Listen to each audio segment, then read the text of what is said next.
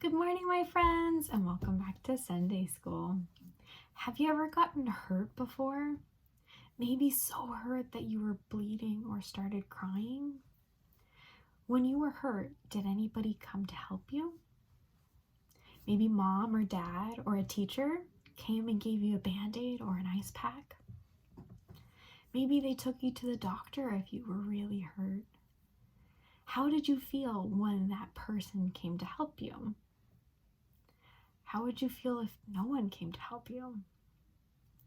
Today we're going to hear a story that Jesus told about a man who was very hurt and no one wanted to help him except for one very special person. Let's read about it. Our story this week is called The Good Samaritan. One day, a lawyer put Jesus to the test. He said, "I know the law says to love your God with all of your heart and to love my neighbor as myself. But who is my neighbor?" Jesus told him this parable. A parable is a story. A man was on his way to the city of Jericho. Some robbers beat him. They stole everything he had. The man was hurt. He needed help. Along came a priest. The priest saw the man, but did not stop. Along came a helper in the temple. He saw the man, but did not stop. Along came a Samaritan man. When he saw the man was hurt, he stopped. The Samaritan man cleaned up the man's wounds. He lifted the man onto his own donkey and took him down the road to an inn. They stayed at the inn. The Samaritan man took care of the hurt man all night long, said Jesus. In the morning, the Samaritan man gave the innkeeper 2 silver coins and said, "Take good care of him until I return."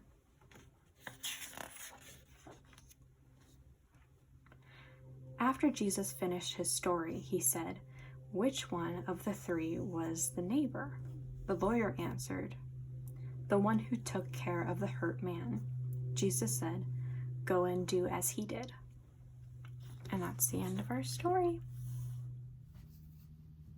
How did the man in our story get hurt? Robbers took everything that he had and they beat him up. How many people went by the man and didn't stop to help him? There were 2 people, a priest and a temple helper. Why do you think that they ignored him? Maybe they didn't want to be bothered. They were too busy and they didn't think the man was important. Who stopped to help the man? A Samaritan man. What did he do for the hurt man? He cleaned the man's wounds, put him on his donkey, and took him to an inn to take care of him. He gave the innkeeper money to continue taking care of him even when the man was gone. Which one of these 3 men did Jesus say was a good neighbor? The last one, the Samaritan man. What are some ways that we can be like the Good Samaritan? Help others in need, play with a person who looks lonely, make a card for somebody who's sick or sad, help somebody pick up their toys, and tell a grown-up person when somebody gets hurt. That's all we have time for today. Let's end in a prayer.